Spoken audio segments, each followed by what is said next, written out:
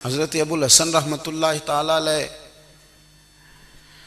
हज़रत माज़ इब्न जबल रदी अल्लाह ताला अन्हु के पास बैठा करते थे। फरमाते हैं उनसे जो प्यार बढ़ा तो फिर मेरा मुसल्ले से भी बढ़ गया।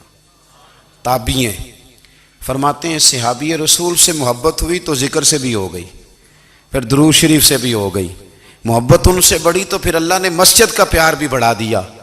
आप फरमाते हैं कि मेरी हर वक्त तबीयत चाहती थी कि बस अल्लाह अल्लाह करूं, बस अल्लाह अल्लाह करूं, बस ना मैं ज़रा थोड़ी जान छुड़ाऊं लोगों से, को 10 मिनट मिले तो मैं कुछ 4 नफल पढ़ लूं, मैं थोड़ा सा ना बचूं लोगों से, और मुझे तस्बीह मिले तो मैं ना कुछ 400-500 दफ़ा इस्तिग़फ़ार पढ़ूं, सुबहान अल्लाह अल्हम्दुलिल्लाह अल्लाहु अकबर ला हौला वला कुव्वता इल्ला बिल्लाह, मैं ना तस्बीहात पढ़ूं।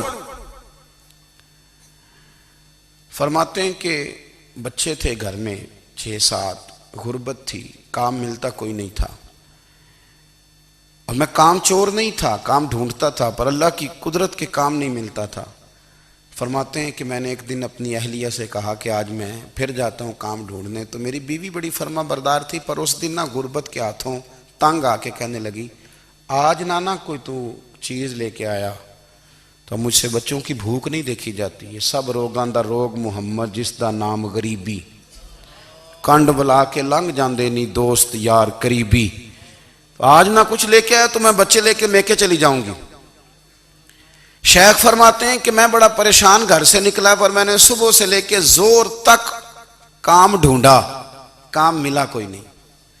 तो मेरे दिल में ख्याल आया, चलो काम नहीं मिलता तो अल्लाह अल्लाह तो करे ना, चलो बंदों की मजदूरी नहीं मिलती तो रब करीम की इबादत ही करते हैं। फरमाते हैं कि मैंने ना फुरात के पानी से वुजू किया, नहर के, शदीद धूप थी, साथ रेत थी और रेत तप रही थी।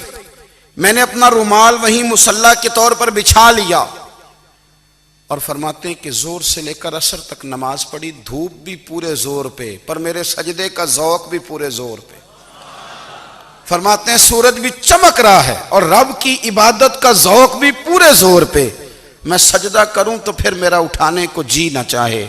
मेरे उस्ताद लिखा करते थे, ये उनका शेर है, वो कहा करते थे, मुझे सोज दे, मुझे साज दे और मुझे नीम शब का न्याज दे, दमे सजदा खुद को मैं तोड़ दूं, मुझे ऐसा ज़ौक़ नमाज दे।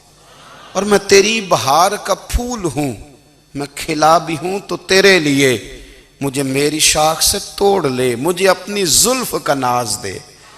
भाई फरमाते हैं कि असर तक मैंने नफल पढ़े, दिल ढलने लगा, असर की नमाज पढ़ी और मैं वहां से चला। अब मैं जब निकलने लगा तो दिल में ख्याल आया कि छोटी छोटी दीवारें हैं घर की, बगैर कुछ लिए जाऊंगा तो बीवी दूर से देखेगी तो शोर करेगी कि फिर खाली हाथ आ गया है। कहते मैंने अपने उसी रुमाल में जिस पे मैंने नमाज पढ़ी थी ना, रुमाल में की आखी दे पंजाबी ज साफा, कहते हैं उसी में ना मैंने कुछ रेत भर ली कि वो दूर से देखेगी तो समझेगी कुछ लेके आया है, चलो जाके उसे बता दूंगा कि आज फिर मजदूरी नहीं मिली। कहते हैं वो रेत लेकर जब मैं घर में गया तो पहले बीवी दरवाजे पे खड़ी होती थी, पूछती थी खाली हाथ आ गए हो, आज मैंने देखा तो है ही कोई नहीं। फरमाते हैं मैं अंदर दाखिल हुआ, सलाम लिए, कोने में मैंने वो रुमाल रख दिया और मैंने आवाज दी कि भली मानस कहाँ हो? तो वो कहने लगी आप मुंह हाथ धो ले, मैं रोटी लेके आई। मैंने कहा रोटी कहां से आ गई? यहां तो कई दिनों के फाके, तो कई दिनों की गुर्बत है, यहां तो इस घर में तो फकीरी है। फरमाते हैं कि वो रोटी लेके आई और उस वक़्त की जो मौजूदा नेमतें थी, समझ ले सलाद अचार हर चीज साथ लाई। मैंने कहा कि बच्चे कहाँ गए? कहने लगी वो खाना खा के खेलने गए, आप खाना खा लें आ जाते। खाना उसने चुन दिया। मैंने हैरत अंगेज लहजे में सारी नेमतें अपने दस्तरखान पे देख करके बीवी से पूछा ये कहां से आया खाना? बच्चों को तूने कहां से खाना खिलाया? ये सारा कुछ कैसा है? तो कहने लगी पता नहीं आज आप किस करीम की मजदूरी करने चले गए थे, पता नहीं किस करीम की, मेरे घर में तो इतनी नेमतें आई हैं कि मुझसे संभाली नहीं जा रही, इतना अनाज है, इतना गंदुम है, किस करीम के दरवाजे आज चले गए थे? ये कहते कहते वो उठी और उठ करके कहने लगी पहले ही बड़ा कुछ आया था, अब क्या ले आए हो? और जा करके ना उसने वो रेत वाला रुमाल खोला कहने लगे मैं तो लेके आया था रेत, तो मेरे रब ने उसे भी सोने और हीरे बना दिया था। जब आपकी तवज्जो अल्लाह की जानी, मेरे नबी पाक सल्लल्लाहु ताला अलैहि वसल्लम ने फरमाया हर चीज अपने रब से मांग, हर चीज मांग, हर चीज मांग। या रसूलल्लाह क्या कुछ? मेरे महबूब ने फरमाया तेरे घर में नमक भी खत्म हो जाए तो वो भी अपने रब से मांगा कर। तू मांगना, वो तुझे देगा। तो उसकी बारगाह में कशकोले तलब दराज तो करना। और तिरमिजी शरीफ में अजीब लफ्ज है, रसूल कायनात ने फरमाया, रब करीम फरमाते हैं जब मेरा बंदा हाथ उठाता है ना तो मुझे हया आती है कि मैं खाली कैसे लौटा दूं इसके। इतने बड़े बादशाह की बारगाह में। ओ भाई, लोगों से इज्जतें तलाश करते हो तो वो क्या तुम्हें इज्जत देंगे? वो तो कल अच्छा कहते हैं, परसों बुरा कहने लग जाते हैं। लोगों के सामने गुड बुक में आना चाहोगे तो वो तो सवेरे तुम्हारे बारे में कुछ कहेंगे, शाम कुछ और कहेंगे।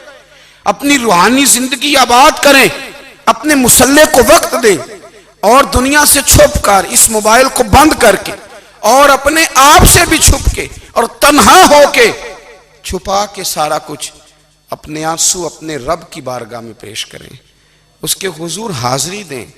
सुनो ना तिरमिजी की हदीस और इसे याद रखना। नबी पाक अलैहिस्सलाम ने फरमाया अपने दुख लोगों के सामने ना बयान करना, सेठों नवाबों को ना बताते फिरना, दुनियादारों के सामने जाके ना रोना कि मैं तकलीफ में हूं। फरमाया अगर दुनियादारों को दुख बताओगे रब तुम्हें कभी गनी नहीं करेगा। और लोग हैं कि उल्टा मजाक उड़ाएंगे। आपकी जिससे बड़ी पक्की यारी है ना, पक्की, वो तब तक पक्की है जब तक आपने 50,000 मांगा नहीं। और जिस वक्त आपने कह दिया कि मैं मजबूर हूं मेरी मदद कर, तो फिर खत्म हो गई दोस्ती। लोगों के ताल्लुकात आपके साथ तब तक हैं जब तक आप उनसे कोई जरूरत वाबस्ता नहीं करते। करीम महबूब फरमाने लगे बंदों के सामने दुख ना बयान करना, अल्लाह तुझे कभी गनी नहीं करेगा। तो अपने दुख अपने रब को बता, तू दुआएं मांग, तू उसकी बारगाह में हाजिर हो, तू उसके हुजूर अर्ज कर। फरमाया अपने दुख अपने रब को बता, वो जल्दी करे या देर से करे तुझे सारी दुनिया से बेनियाज कर देगा, तुझे किसी का मोहताज नहीं रहने दे।